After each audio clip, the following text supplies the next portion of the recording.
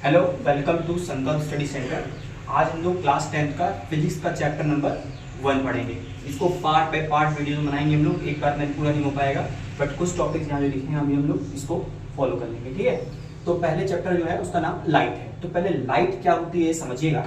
तो लाइट जो है वो समझना है कि व्हाट इज लाइट। तो लाइट एक फॉर्म ऑफ एनर्जी है। Light is a form of energy. Form of energy. Light एक फॉर्म क्या है? एनर्जी। तो एनर्जी क्या होती है? कोई भी चीज जो हमें किसी भी काम करने का अलाउ करे, कोई भी काम करने का क्या करे? अलाउ करे, कोई भी वर्क करने का अलाउ करे, उसको एनर्जी बोलते हैं। और एनर्जी खास बात ये होती है कि उसको कन्वर्ट किया जाता है, उसको कन्वर्ट किया जाता है किसी भी फॉर्म में। जैसे कि हीट को लाइट में कन्वर्ट कर सकते हैं हम लोग, लाइट को हीट में कन्वर्ट कर सकते हैं, मैग्नेटिक को लाइट में कन्वर्ट कर सकते हैं, न्यूक्लियर को लाइट में कन्वर्ट कर सकते हैं। इसलिए हम लोग वाटर से भी इलेक्ट्रिसिटी बना सकते हैं, विंड से भी इलेक्ट्रिसिटी बना सकते हैं, और जो इलेक्ट्रिसिटी बनी है उससे हम लाइट में कन्वर्ट कर सकते हैं। तो what is light? Light is a form of energy. पहली सिंपल बात हो गई। उसके बाद जो हमें पता होनी चाहिए बातें वो समझिएगा। Properties of light. Properties of light. Light जब मूव करती है तो कुछ प्रॉपर्टीज होती हैं। कुछ प्रॉपर्टीज जैसे पहली आपकी बताऊं, पहली प्रॉपर्टी है वो रेक्टिलिनियर मोशन करती है। रेक्टिलिनियर मोशन, इसको आपकी बुक में लिखा हुआ है rectilinear propagation of light. Rectilinear propagation of light. Rectilinear का मतलब होता है स्ट्रेट। रेक्टिलिनियर का मतलब होता है स्ट्रेट, मतलब जो लाइट की रे है वो स्ट्रेट लाइन मोशन में ट्रेवल करती है। अगर यहाँ पे हम लोग कोई टॉर्च चूज करें और उससे लाइट निकालें तो वो हमेशा स्ट्रेट लाइन में मूव करेगी। स्ट्रेट लाइन में मूव करेगी, मतलब लाइट कभी भी तिरछी नहीं, जिगजैग में मूव नहीं करती, वो मुझे स्ट्रेट में ही मूव करती है। दूसरी प्रॉपर्टी है कि लाइट जो है वो इटसेल्फ इज इनविजिबल। लाइट खुद इनविजिबल होती है। लाइट को आप देख ही सकते, लाइट खुद इनविजिबल होती है, बट जिसपे वो पड़ती है, जिसपे वो फॉल करती है, उसको क्या करती है? विजिबल बना देती है। फॉर एग्जाम्पल ये बोर्ड है, इस बोर्ड पे लाइट पड़ रही है तो ये बोर्ड विजिबल है। अगर इस पे लाइट ना पड़े, यही बोर्ड अंधेरे रूम में रखा है तो ये बोर्ड आपको विजिबल नहीं होगा। क्या आप लाइट देख सकते हो? नहीं, लाइट नहीं देख सकते। आप लाइट की वजह से दूसरी चीजें देख सकते हो। यहाँ पे आपको कोई पूछे कि यहाँ लाइट आ रही है कि नहीं आ रही है, तो आप बोलोगे हाँ यहाँ लाइट आ रही है। इसका प्रमाण क्या है? इसका प्रमाण ये है कि ये बोर्ड जो है आपको विजिबल है। तो light itself is invisible. Light खुद जो है इनविजिबल होता है, बट जब उस कोई चीज के ऊपर गिरती है लाइट तो वो चीजें विजिबल हो जाती है। तो फिर से हम समझ लेते हैं क्या हमने पढ़ लिया। पहले व्हाट इज लाइट? तो light is a form of energy. Light एक फॉर्म ऑफ एनर्जी है। फिर properties of light. Properties of light में हम समझेंगे कि पहली होती है कि लाइट जो है रेक्टिलिनियर मोशन करता है। Mean light always travels in straight line. Always travel in straight line. उसके बाद सेकंड प्रॉपर्टी हमने पढ़ी है कि लाइट जो है वो खुद इनविजिबल होता है, बट जिस चीज पे पड़ती है, जिस चीज पे फॉल करती है, उसको विजिबल बना देती है। ठीक है। Sources of light. लाइट के सोर्सेज। तो लाइट के दो सोर्सेज होते हैं, आप लोगों ने बचपन पढ़ा होगा। ल्यूमिनस ऑब्जेक्ट और non luminous object. Non luminous object. Luminous object वो ऑब्जेक्ट होते हैं जिनके पास खुद की लाइट होती है। Mean they emit their own light. जैसे कि एग्जांपल ले लें हम सन, उसके बाद आप एग्जांपल ले सकते हैं स्टार्स का एग्जांपल ले सकते हैं आप लोग, लाइट के बल्ब का एग्जांपल ले सकते हैं। एक एग्जांपल आप जुगनू का ले सकते हैं, जैसे फायर फ्लाई कहते हैं, जिसको बोलते हैं फायर फ्लाई का ले सकते हैं आप एग्जांपल। ठीक है। और एक एग्जांपल आप लेना चाहो तो कैंडल का ले लो एग्जांपल आप। ये सब ऐसे ऑब्जेक्ट हैं, ऐसे चीजें हैं जिनके पास खुद की अपनी लाइट होती है। Means they do not depend on other object for their reflection. मतलब ये इनको दिखना है तो अंधेरे में भी आप देख सकते हो, क्योंकि उनके पास अपनी खुद की लाइट है।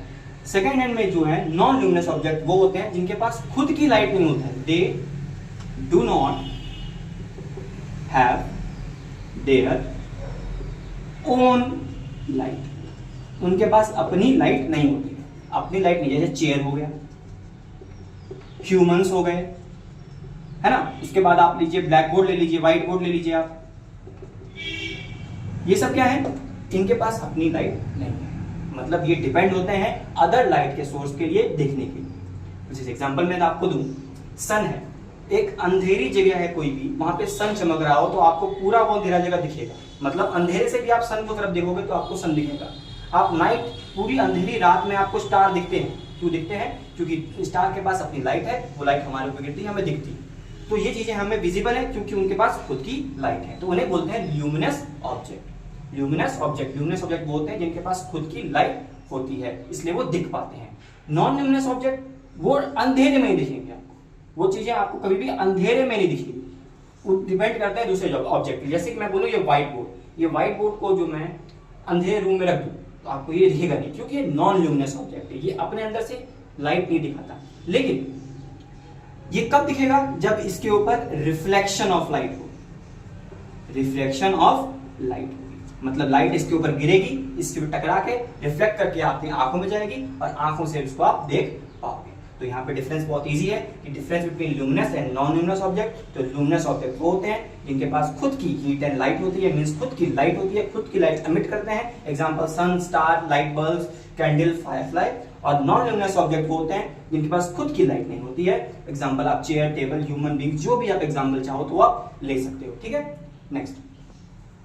तो अब हम लोग पढ़ेंगे next topic, luminous and non luminous object हमने पढ़ लिया था। नेक्स्ट टॉपिक पढ़ेंगे रिफ्लेक्शन ऑफ लाइट। बहुत इजी टाइप है, देखिएगा अच्छे से, ये डिफिकल्ट लग रहा है लेकिन इजी है, समझिएगा। रिफ्लेक्शन ऑफ लाइट होता क्या है, डायग्राम बांध देंगे, प्लीज समझ लीजिए। मान लीजिए एक ऑब्जेक्ट है जो कि साइनी है, कोई भी एक सरफेस है वो साइनी है। मान लीजिए यहाँ पे बोर्ड है, ये साइनी ऑब्जेक्ट है। इसके ऊपर क्या होगी, लाइट आके टकराएगी। मान लेते हैं लाइट की रे है, ये आके इसके ऊपर टकराएगी। टकराने के बाद क्या करेगी, अगर ये सरफेस साइनी है, पॉलिश्ड है, तो इस पे टकराने के बाद वापस बाउंस बैक कर जाएगी, जहां से आई है उस साइड बाउंस बैक कर जाएगी। इसी फिनोमेना को बोलते हैं रिफ्लेक्शन ऑफ लाइट। एग्जांपल में आपको दूं कैसे, इसको इंग्लिश में बोलते हैं पहले। What is reflection of light?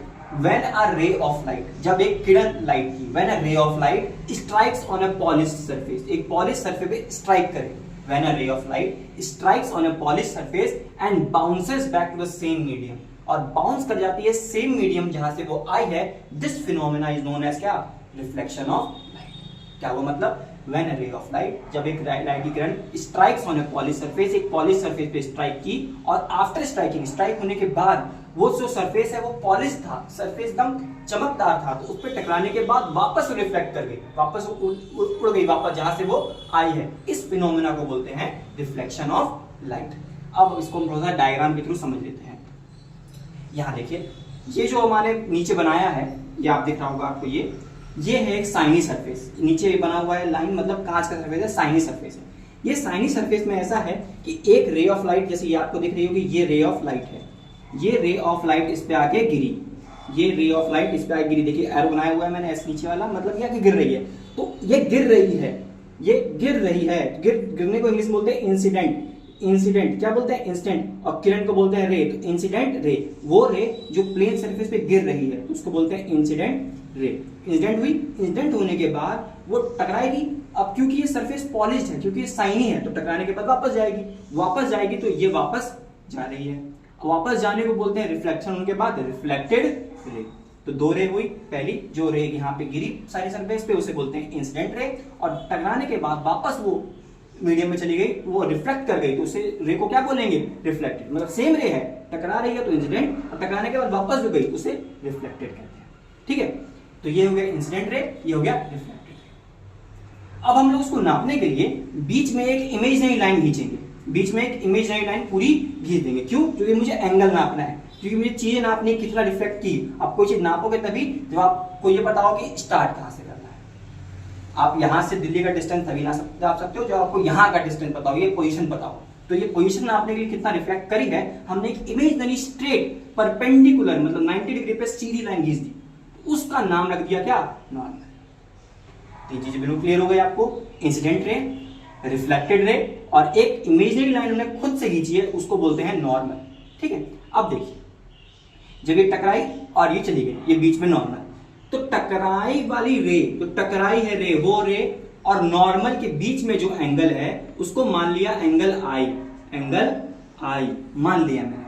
मुझे पता तो है नहीं, मानना पड़ेगा कुछ ना कुछ। जो टकराई रे वो और बीच में जो नॉर्मल है, उनके बीच में जो एंगल बना उसको एंगल आई मान लिया मैंने। अब टकराने के बाद वापस गई, तो वापस जाने वाली रे रिफ्लेक्टेड रे और जो नॉर्मल था उनके बीच में जो एंगल है उसको मैंने मान लिया एंगल आर। ठीक है, एंगल आई और एंगल आर। इस एंगल आई को हमने बोला एंगल ऑफ इंसिडेंट, वो एंगल जो इंसिडेंट रे की वजह से बनता है, वो एंगल जो इंसिडेंट रे की वजह से बनता है उसे बोलते हैं एंगल ऑफ इंसिडेंट, और जो रिफ्लेक्टेड रे की वजह से बनता है उसे बोलते हैं angle of reflection. Angle of reflection फिर से रिवाइज करने के बाद, what is reflection of light? तो when a ray of light strikes on a polish surface, जब कोई रे ऑफ लाइट स्ट्राइक करती है एक पॉलिश सरफेस पे, तो after striking it bounces back to the same medium, जहां से हुआ ये उसी मीडियम पे वो बाउंस कर जाती है। इस फिनोमेना को बोलते हैं क्या? Reflection of light. इस फिनोमेना को बोलते हैं रिफ्लेक्शन ऑफ लाइट। इसमें तीन चीजें हैं, टर्म्स क्या क्या है? इंसिडेंट रे, गिरने वाली रे, रिफ्लेक्ट करने वाली रिफ्लेक्टेड रे, और जो इमेजिनरी लाइन हमने खुद खींची है उसको बोलते हैं नॉर्मल। ये हो गया एंगल ऑफ इंसिडेंट, एंगल आई। ये किसके बीच में बनता है? इंसिडेंट रे और नॉर्मल के बीच में, और नॉर्मल और रिफ्लेक्टेड रे के बीच में जो एंगल बनेगा उसे बोलते हैं एंगल ऑफ रिफ्लेक्शन। ये एंगल आई है, ये एंगल आर है। ठीक है, इसके बाद लॉस पढ़ेंगे। तो अब हम लोग पढ़ेंगे रिफ्लेक्शन ऑफ लाइट पढ़ लिया हम लोगों ने, अब उनके कुछ लॉज होते हैं वो हम पढ़ेंगे। बहुत इजी लॉ है, आप देख लोगे आपको याद हो जाएंगे। तो लॉज क्या बोलती है, ये डायग्राम बना दिया है मैंने, अब लॉज देखिए क्या बोलती है। पहला लॉ बोलता है कि आपके पास कौन कौन लोग थे? पहला लोग था इंसिडेंट रे, इंसिडेंट रे। दूसरा इंसान कौन था? रिफ्लेक्टेड रे, रिफ्लेक्टेड रे। Incident ray, reflected ray, normal, all lies on the same plane. तुम ये भी सोचते हो पॉइंट तुम्हारे लिए इजी हो, किसी को दिक्कत हुई तो पॉइंट बोल सकता है। समझिए क्या बोल रहा है। इंसिडेंट रे, रिफ्लेक्टेड रे और नॉर्मल, ये तीनों जो लाइन है ये एक ही पॉइंट या प्लेन पे लाइन है, इस पॉइंट पे, और इसी पॉइंट को बोलते हैं point of incident. Point of incident, इसी पॉइंट को क्या बोलते हैं? Point of incident. पहला क्या है? Incident ray, reflected ray and normal all lies on the same plane और पॉइंट। ये पहला सिंपल लॉ है। दूसरा और इजी वाला लॉ है, angle I is always equals to angle R. Hindi में कर लो इसको, मतलब angle of incident, angle of incident is always equal to angle of reflection. जितना इन दोनों के बीच में एंगल होगा, एंगल ऑफ इंसिडेंट रे और नॉर्मल के बीच में, हमेशा मान लो ये 50 डिग्री पे है तो अपने आप ये भी 50 डिग्री ही होगा। ये लॉ है तो चेंज नहीं होते हैं, ये लॉ है तो चेंज नहीं होते हैं। Angle of incident is always equals to angle of क्या? रिफ्लेक्शन। सिर्फ दो ही लॉ है किसके? लॉज ऑफ रिफ्लेक्शन के दो ही लॉ है। पहला law, incident ray, reflected ray, normal all lie on the same plane या सेम पॉइंट। जिस पॉइंट पर लाई करते हैं उसे पॉइंट ऑफ इंसिडेंट कहते हैं। दूसरा angle I, angle I is always equals to angle R. इसका मतलब क्या हुआ? Angle of incident is always equals to angle of reflection. और मस्त बात यह है कि हम नॉन ल्यूमिनस ऑब्जेक्ट, जो नॉन ल्यूमिनस ऑब्जेक्ट था, उनको हम देख इसीलिए पाते हैं क्योंकि हमें यह पता है कि रिफ्लेक्शन होता है। अगर रिफ्लेक्शन नहीं हुआ तो हम कोई चीज देख नहीं सकते। आप मुझे तभी देख पा रहे हो क्योंकि मेरे ऊपर लाइट गिर रही है और गिरने के बाद रिफ्लेक्ट कर रही है, गिरने के बाद रिफ्लेक्ट कर रही है, तो इसलिए आप मेरे को देख सकते हो। जितनी भी नॉन ल्यूमिनस चीजें हैं उनको आप तभी देख पाते हो जब उसके ऊपर लाइट गिरे और लाइट गिरने के बाद आपकी आंखों पे वो टकरा के रिफ्लेक्ट कर जाए। ठीक है, तभी अलग अलग एंगल से लोग फोटो खींचते हैं। क्यों? क्योंकि एंगल ऑफ रिफ्लेक्शन और जो उसका रिफ्लेक्टेड रे और इंसिडेंट रे है वो उसका एंगल बराबर आ जाए, तो उसमें कोई दिक्कत ना हो। तो ये आपका हो गया लॉज ऑफ रिफ्लेक्शन। बहुत इंपॉर्टेंट है और बहुत इजी है। आप चैप्टर का नाम भी देखो, लाइट, रिफ्लेक्शन एंड रिफ्रैक्शन। तो रिफ्लेक्शन वाला पार्ट हम लोगों ने पूरा कर लिया है। अब आपको कोई भी क्वेश्चन ऐसा नहीं होगा जो रिफ्लेक्शन पे ना बने। Thank you.